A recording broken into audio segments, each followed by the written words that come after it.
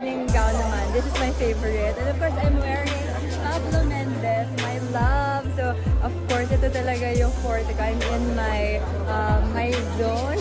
So, I'm really, really happy that a lot of people are happy also in the Philippines. So, maraming salamat. Kat, what's the inspiration of the gown?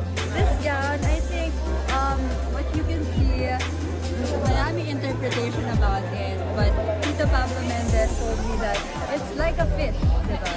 And for me, it's like my journey also here in Supernatural.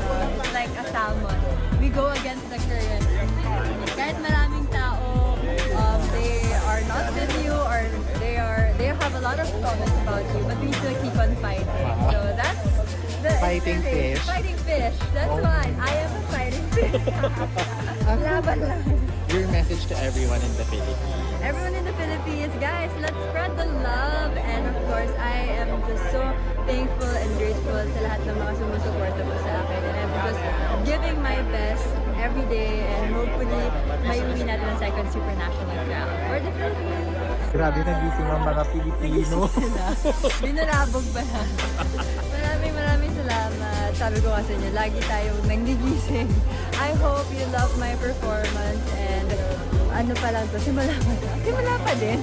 Kasi we are still on our way for July 31st. So I'm really, really excited for the coronation night, for the finals night. So ilang tulog na. Hopefully, lahat ng mga kababayan natin ay talagang sumuporta for the second Miss Supranational crown. Malapit na guys. Konting-konti na lang uuwi na natin ng corona. So please pray for me and sabay-sabay natin i-claim na talaga ang Supranational crown. Kat, did you do some adjustments with your pasero? Because I think it was a little different during the swimsuit around. So. Actually, for the swimsuit and evening gown, we've been practicing with Ian, my pasarela coach. So shout out to Ian. Thank you so much for guiding me all throughout my years of pageantry. So I really enjoyed the swimsuit round.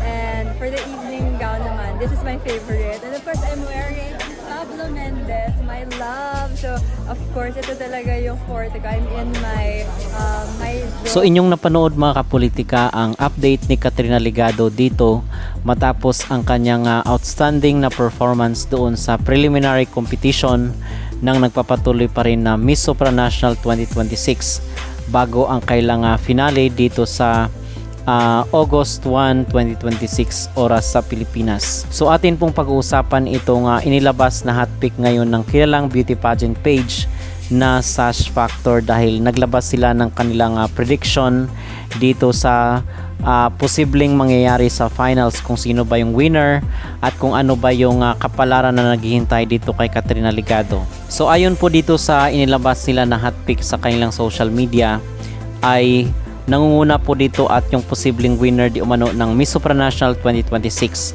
ay walang iba kundi ang pambato ng Czech Republic. Number 2 si Indonesia, Agnes Rahajing.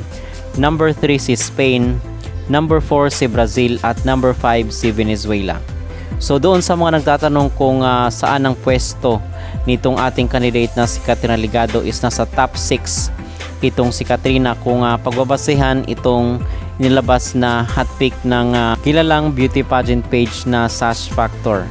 So kung ako naman in my own personal opinion ay ipapasok ko pa rin si Katrina dito sa top 5 whether manalo or matalo man siya, kasi nga sinasabi natin all out ang ating support dito sa ating candidate sa Miss Supranational na si Katrina Ligado. So ipapasok ko siya sa top 5 at alisin ko itong si Agnes Rahajing ng Indonesia. So yung number 5 ko dito sa sa hot pick is itong pambato nga natin na si Katrina Ligado. Okay, so yun yung aking personal na opinion dito sa inilabas ng Sash Factor na kanilang hot pick dito sa finals ng nasabing beauty pageant competition sa mga susunod na araw. Okay, so again, Czech Republic, Venezuela, Brazil, Spain at Philippines yung aking personal na hot pick dito sa Miss Supranational.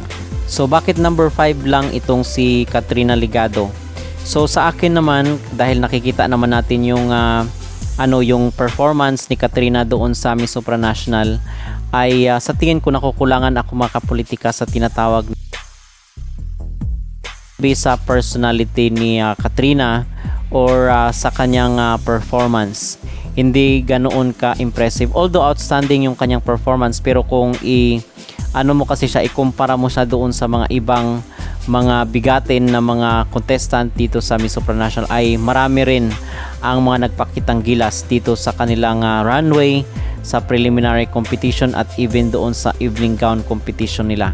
So we are all out ang ating support dito kay Katrina, pero we have also to face the reality na marami rin ang magagaling dito sa Miss Supranational para sa ngayong taon na edisyon. So para sa akin is nakukulangan ako sa charm ni Katrina. Unlike doon sa ating ipinadala last year na si Tara Valencia at itong si Pauline Amiling sa itong mga nakarang taon. So yun talaga ang masasabi natin na meron silang karisma mga kapolitika, which is I believe na medyo kulang noon. Hindi naman natin masasabi na wala si Katrina noon, pero nakukulangan ako sa karisma nitong si Katrina Ligado. But again, ipapasok pa rin po natin siya sa top 5 dahil all out ang ating support dito sa ating candidate na si Katrina Ligado. Okay, so even yung iba na nagsabi dito sa social media is sabi nila baka hanggang top 10 lang daw si Katrina dito sa Miss Supranational. Pero sa akin is ipapasok ko siya sa top 5 dahil yung sash factor ng Pilipinas.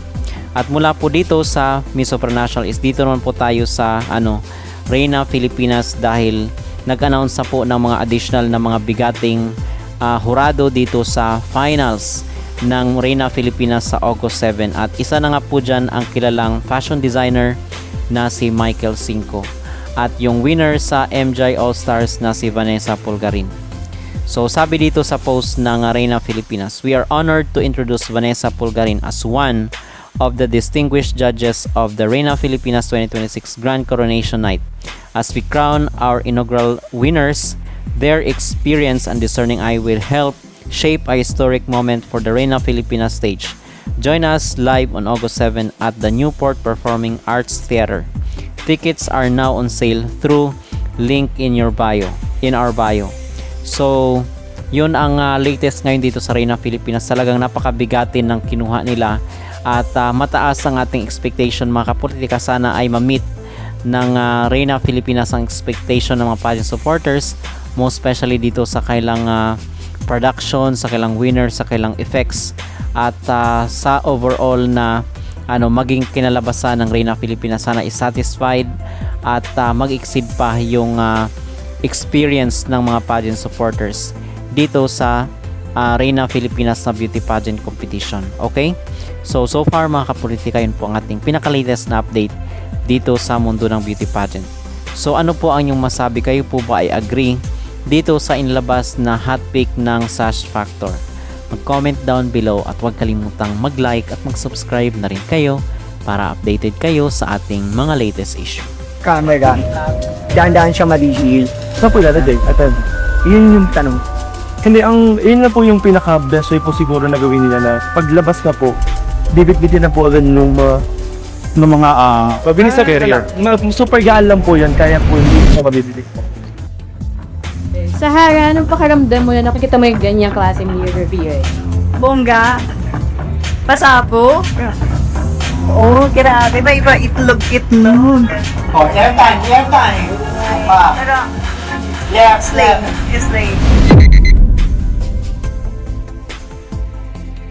Expect maraming pasabog, maraming surprise moments with the girls. And the good thing about Reina Filipinas, ang focus nila is not just the girls, but also the creative behind Reina Filipinas.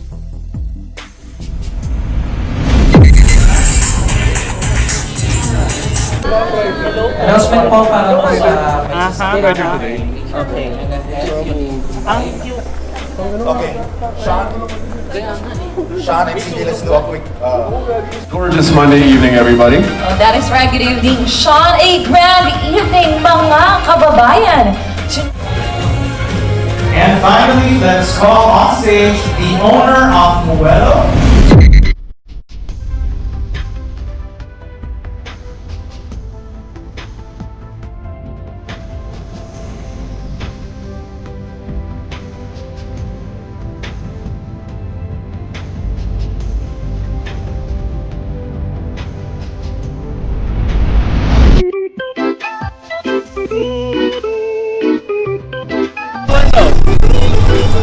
Dudut, kailangan mo lumaban.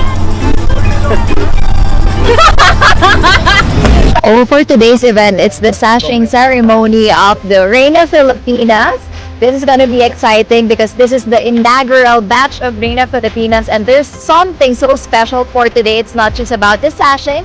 They will also have the grand reveal because this year we will not be having the national costume for the candidates, but we will have the grand reveal. At sisimulan na natin yan ngayon para yan sa inyo.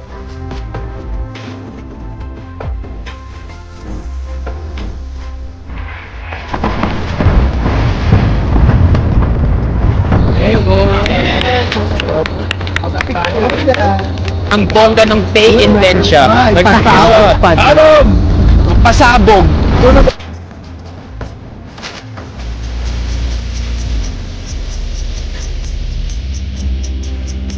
Let the grand presentation begin!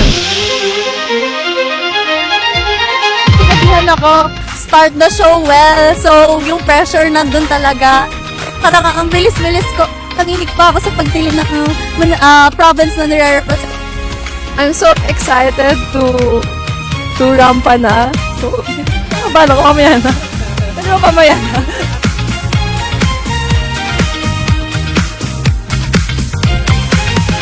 A while ago, so natapilok ako, but of course, yung tapilok na yun, it will not end my purpose to join here in Reina Filipinas. So, after all that happened, I will still fight. Actually, parang hindi naman, pero dahil ganito yung outfit, aura na natin nilalamig. Inaura.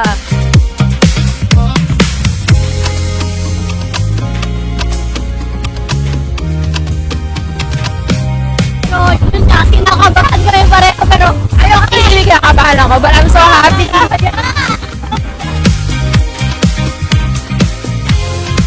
Hello po. Hingal ba siya? Hello po, Alexi po. I just finished my walk. So basically, I mentioned earlier the inspiration behind it, more of a Schiaparelli design, but it was more of a Philippine Eagle vibe with like the sunset and a Phoenix vibe also. I have so many hello say Reina Filipinas. Serious, oh my gosh, it was so nerve-wracking, but the crowd is so nice. Akala ko kanina pa, and I felt relieved that I did my performance and I executed it well. Hello, oh, it was so nerve-wracking actually, and I thought that I couldn't do it, but I did it. My reveal represents the metamorphosis of a butterfly, which is represents my transition as a transgender woman. After kong bumaba, ang sinasabi sa akin ng media is yung sinigaw kong province or yung municipality ko, which is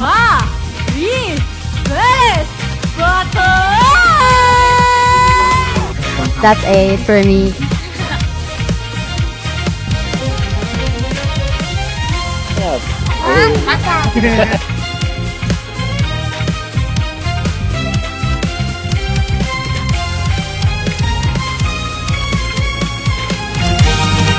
I feel very happy with my performance. Nagulat kayo na. Sorry. Pwede daw bikini sabi.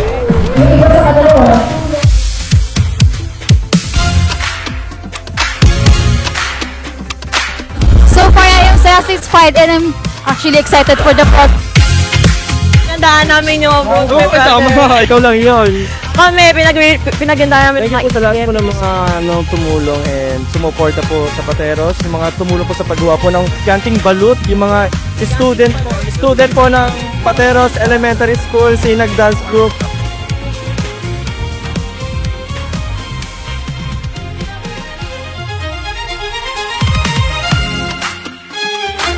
Happy?